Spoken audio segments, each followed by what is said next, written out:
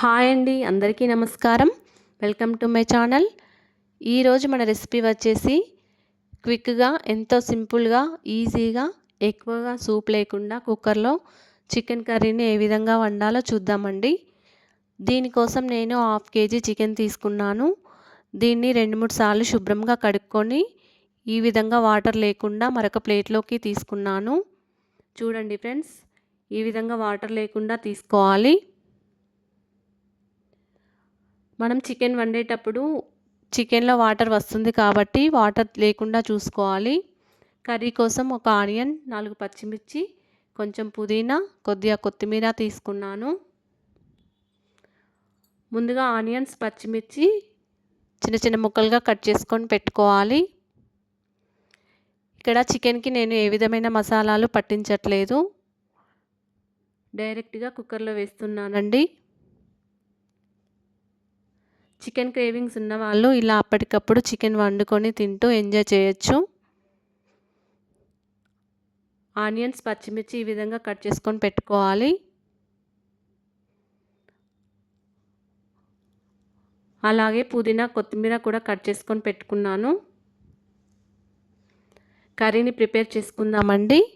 ముందుగా మనం stove on చేసుకొని కుక్కర్ పెట్టుకున్నాను. కుక్కర్ హీట్ అయ్యాక ఆయిల్ వేసుకుంటున్నాను. 1 టేబుల్ స్పూన్ ఆయిల్ వేసుకుంటున్నాను. ఇక్కడ నేను 1/2 kg తీసుకుంటున్నాను కాబట్టి 1 టేబుల్ స్పూన్ సరిపోతుంది. 1/2 kg చికెన్కి 1 టేబుల్ స్పూన్ ఆయిల్ వేసుకుంటున్నాను. ఆయిల్ వేడయ్యాక పచ్చిమిర్చి వేసుకుంటున్నాను.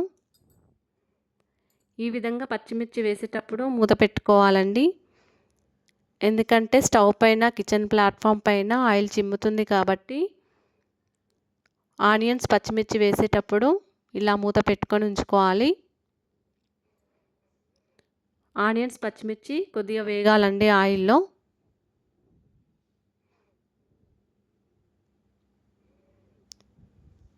ఇలా వేసిన తర్వాత ఒకసారి కలుపుకోవాలి.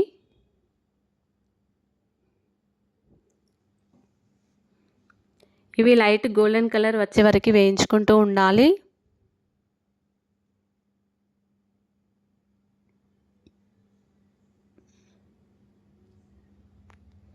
ఆనియన్స్ వేగితేనే చికెన్ కర్రీ అనేది టేస్ట్ చాలా బాగుంటుందండి.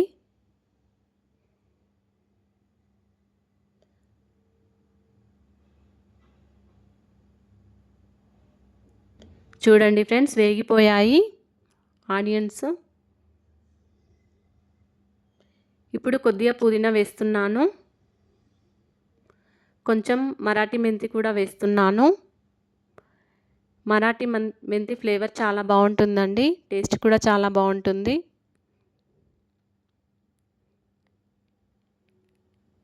ఇవి కూడా ఆయిల్లో వేగాలండి. తర్వాత 1 టీ స్పూన్ అల్లం వెల్లుల్లి పేస్ట్ వేసుకుంటున్నాను. 1/2 టీ స్పూన్ గరం మసాలా వేసుకోవాలి.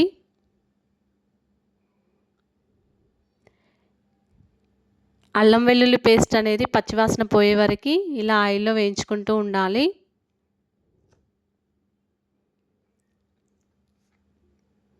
పావు టీ స్పూన్ గరం మసాలా వేసుకోవాలి. పచ్చివాసన పోయే వరకు వేయించుకున్న తర్వాత మనం గరం మసాలా వేసుకోవాలండి. 1/2 టీ స్పూన్ గరం మసాలా వేసుకుంటున్నాను. ఇలా గరం మసాలా పోపులో వేస్తే టేస్ట్ చాలా బాగుంటుందండి. 1/2 టీ స్పూన్ పసుపు వేసుకుంటున్నాను.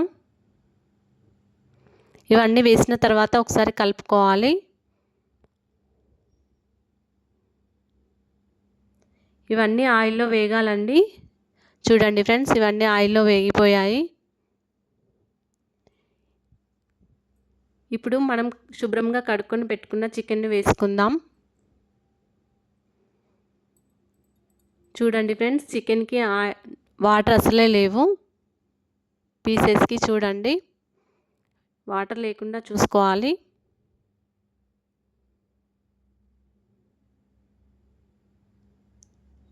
చికెన్ మొత్తం వేసుకున్నాక ఒకసారి కలుపుకోవాలి.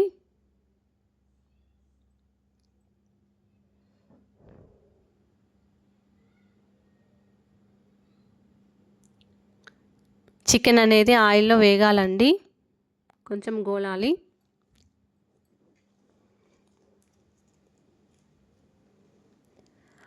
మసాలాలు మొత్తం చికెన్కి పట్టే వరకు ఇలా కలుపుతూ ఉండాలి. అల్లం వెల్లుల్లి పేస్ట్, పసుపు ఇవన్నీ మొత్తం చికెన్కి పట్టే వరకు ఇలా కలుపుతూ ఉండాలి.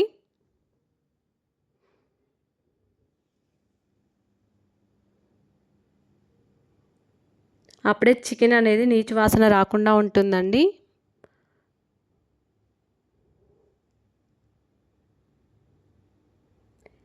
ఇలా కలిపిన తర్వాత ఒక 5 మినిట్స్ వరకు మూత పెట్టుకొని ఉంచుకోవాలి.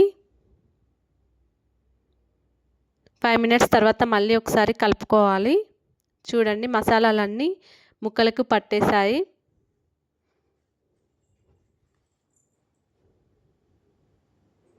మళ్ళీ ఒకసారి ఇలా కలుపుకోవాలి.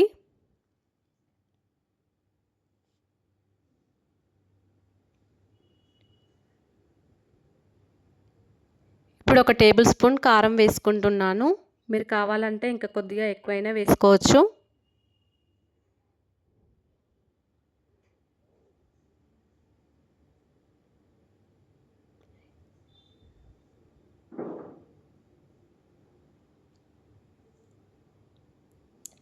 కారం వేసిన తర్వాత రుచికి సరిపడా సాల్ట్ వేసుకోవాలి.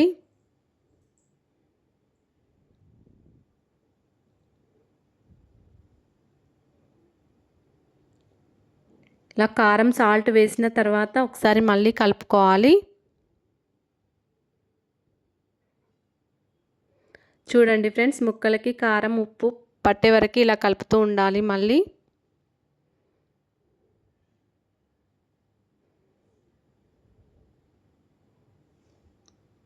చికెన్ అనేది సగం వరకు ఆయిల్లో ఉడికించుకుంటూ ఉండాలి. ఇప్పుడు కొత్తిమీర వేసుకోవాలి.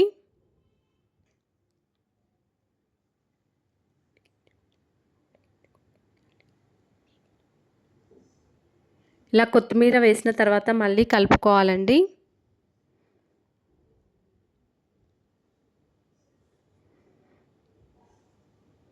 సగం వరకు ఆయిల్లోనే ఉడికించుకోవాలండి చికెన్ అనేది.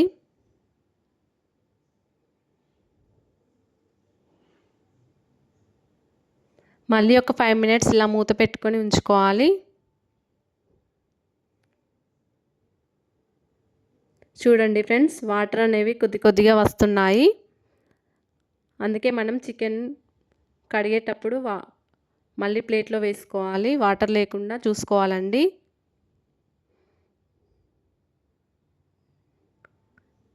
చికెన్ కడిగిన తర్వాత మళ్ళీ ప్లేట్లో వేసుకునేటప్పుడు వాటర్ లేకుండా చూసుకోవాలి. అందుకే మళ్ళీ ఒక 5 మినిట్స్ వరకు మూత పెట్టుకొని ఉంచుకోవాలి. చూడండి ఫ్రెండ్స్, ఇంకొంచెం వాటర్ వచ్చాయి.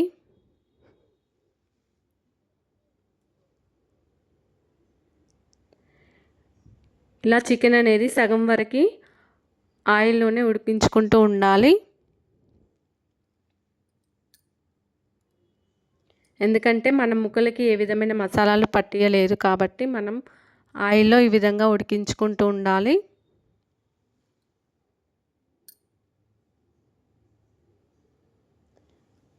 చూడండి ఫ్రెండ్స్, సగం వరకు చికెన్ ఉడికిపోయింది. ఇప్పుడు ఒక చిన్న టీ గ్లాస్ వరకు వాటర్ వేసుకుంటున్నాను. వాటర్ వేసిన తర్వాత ఒకసారి కలుపుకోవాలి.